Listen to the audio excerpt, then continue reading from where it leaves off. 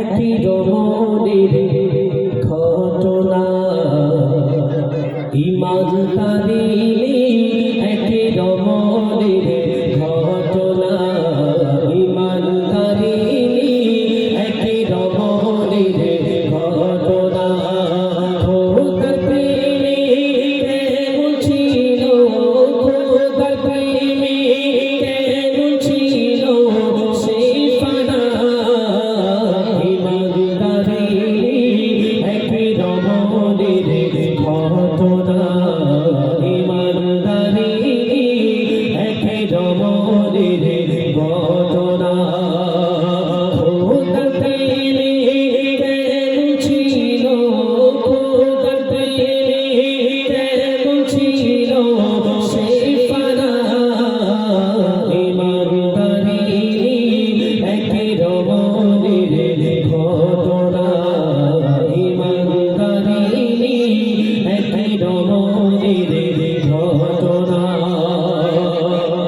খোদাই দাবি করে দেখো ফিরাও না মানিলে তাহলে পরিপথ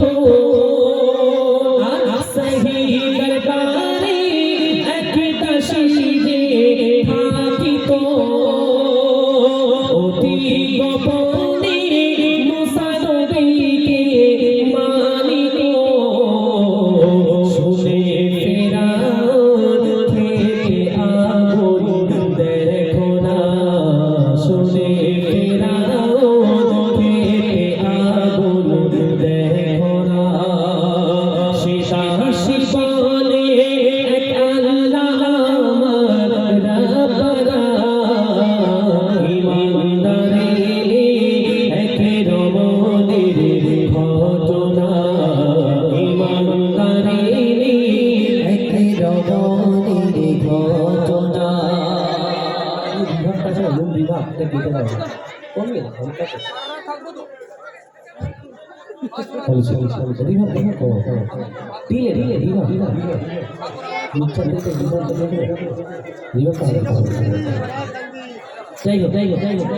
যখন এই দাসীকে যখন এই কথা বলা হলো, দাসী বলছে আমি যে দিনের উপর ঈমান এনেছি সেই দিন থেকে তোমার কাছে আসবো না। ফেরাউন ঘোষণা করেছিল মিশরের বুকে আনা রব্বুকুমুল আ'লা, আমি হচ্ছি সবচেয়ে বড় রব, নাউযুবিল্লাহ।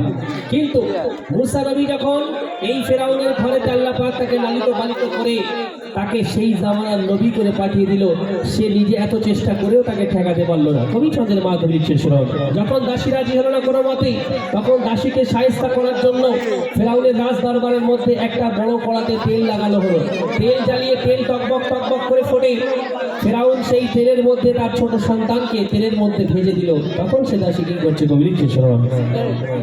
দেখো ফিরাউন একটু ভয়ে দেখো দাসী একটু ভয়ে করিল না।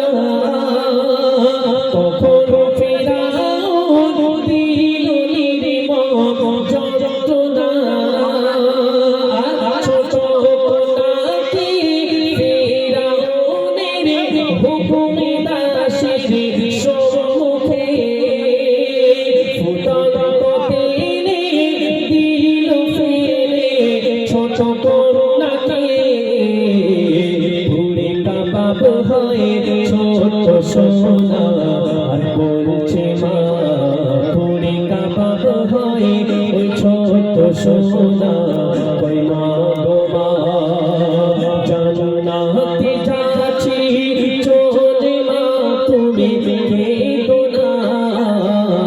ঈমান তারিণী একই রমণীর ঘটনা। আজকে যারা এখানে মা বোনেরা বসে আছেন, একবার চিন্তা করে দেখুন তো, আপনার কোলের বাচ্চাটাকে নিয়ে যদি কেউ তেলে ছেড়ে দিয়ে বলে তুমি লা ইলাহা ইল্লাল্লাহ মুহাম্মাদুর রাসূলুল্লাহ এটা থেকে সরে, অন্য ধর্মের দিকে তোমাকে আহ্বান করা হচ্ছে। যদি আসো, তোমার বাচ্চার উপরে কোনো আঘাত হবে না, তোমাকে সোনা দানায় মুড়ে দেওয়া হবে, তোমাকে 5 তলা বিল্ডিং করে দেওয়া হবে, তোমাকে এই এলাকার মধ্যে একটা গণ্যমান্য ব্যক্তিতে রূপান্তরিত করে দেওয়া হবে।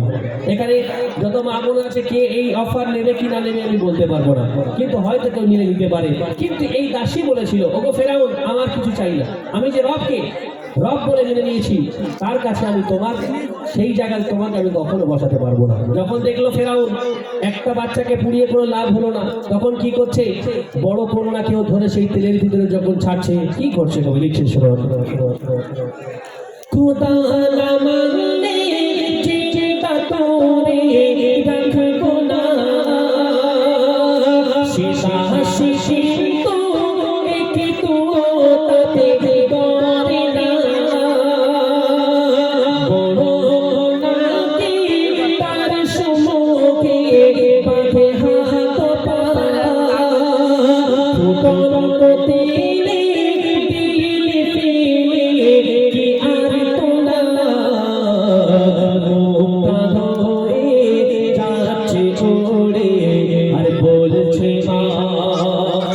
বাচ্চা রুহুটা বেরিয়ে যাচ্ছে, মা তো মাই হয়, যখন মা তো মাই হয়, কষ্ট সহ্য করতে করতে যখন চরম শিখরে কষ্টের প্রেসার পৌঁছে গেল, মা চোখ থেকে পানি বার হতে দিল না। আল্লাহ পাক রব্বুল আলামিন মায়ের চোখ খুলে দিল, মা দেখতে পাচ্ছে বাচ্চা রুহুটা বেরিয়ে যাচ্ছে। তখন বাচ্চা বলছে, মা তুমি চিন্তা করো না, একটু সবর করো, এখনই আমরা এক জায়গা হয়ে যাবো, তোমার কান্নাকাটি করার কিছু নেই, তোমার রবের সঙ্গে তুমি শিরক করো না। লিখছে শোনো, মুক্তা হয়ে যাচ্ছে উড়ে আর বলছে মা, বিমানের ভয়ে তোমার প্রভুকে ভুলো না, ইমানদারি একের মনের ঘটনা, ইমানদারি একের মনের ঘটনা। এই দাসীকে ফেরাউন এখনো অফার দিচ্ছে যে তুমি যদি আমাকে এখনো আল্লাহ বলে মেনে নাও, রব বলে মেনে নাও, আমি তোমাকে এখন ছেড়ে দেবো।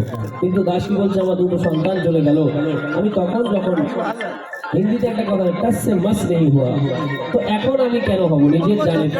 মা দেখবে বাচ্চার জন্য অনেক কিছু করতে পারে, সেই বাচ্চার তাগিদে যখন আমি আমার রবের সঙ্গে শিরিক করলাম না, কুফরি করলাম না, এখন নিজের জানার জন্য তোমার সঙ্গে কেন করবো। যখন শেষ সময় আসলো, একটু গল্পটা আসতে করলে মনে ভালো হয়, ঘটনায় কোনো কালাম একটু কথা আছে, আপনারা যদি গল্প করেন তাহলে আমাদের মাইন্ড ভুলে যাবে। ফেরাউন যখন শেষ সিদ্ধান্ত নিল যে দাসীকেও তেলে ভেজে দেওয়া হবে, তখন দাসী ফেরাউনের কাছে একটা রিকোয়েস্ট করলো যে, ওগো ফেরাউন, আমি তোমাকে এতদিন সেবা করেছি, তোমার দরবারে আমি ছিলাম, তুমি আমাকে ভালোবাসতে, আমিও তোমাকে অনেক ভালোবাসতাম, কিন্তু শুধু সমস্যা হলো একটাই, রবের জায়গায় একটা ডিবেট হয়ে গেছে। আমি তোমাকে অনেক ভালোবাসি, তুমিও আমাকে অনেক ভালোবাসো, একটা আবদার আমার যদি রাখতে খুব ভালো হতো। বলে কি? বলে আমি যখন মারা যাব, আমার এই হাড্ডিগুলোকে কোথাও ফেলে দেবে না, আমার 2টো বাচ্চা এবং আমার হাড্ডিটা নিয়ে একটা জায়গাতে দাফন করে দিও। তো ফেরাউন বললো, যাও, তোমার এই কথা মেনে নেবো। সে জানে পুরো কিমা হয়ে গেছে, আর এর হাড্ডি নিয়ে আমার কি কাজ। সে তো যখন জিন্দা ছিল আমাকে রব বলে মানলো না, তার হাড্ডি নিয়ে কোনো কাজ নেই, যা বলে তাই করে দিই। একটা জায়গাতে খুলে, ইন্তেকালের পরে একটা জায়গাতে খুলে, মাটি খুলে হাড্ডিগুলোকে দাফন করে দেওয়া হলো। আল্লাহ নবী সাল্লাল্লাহু আলাইহি সাল্লাম, মুসা নবী 2000 বছর কি 4000 বছর পর আল্লাহ নবী সাল্লাল্লাহু আলাইহি সাল্লাম এই দুনিয়ার জমিনে আসলেন। তারও 53 বছর পরে আল্লাহ রাসূল সাল্লাল্লাহু আলাইহি সাল্লাম মিরাজে যাচ্ছেন। তখন কি করছে কবি লিখছে শুনো, ফিরাউন বলে এখনো তোর সময় আছে, খোদা বলে মেনে নিলে তুই যাবি বেঁচে। দাসী বলছে, শহীদি তামান্নাই যদি মরণ হয় আমি ভাগ্যবান, হাসতে হাসতে দেব আমার জান দাসীরার মান, নির্মম যন্ত্রণায় দাসীকে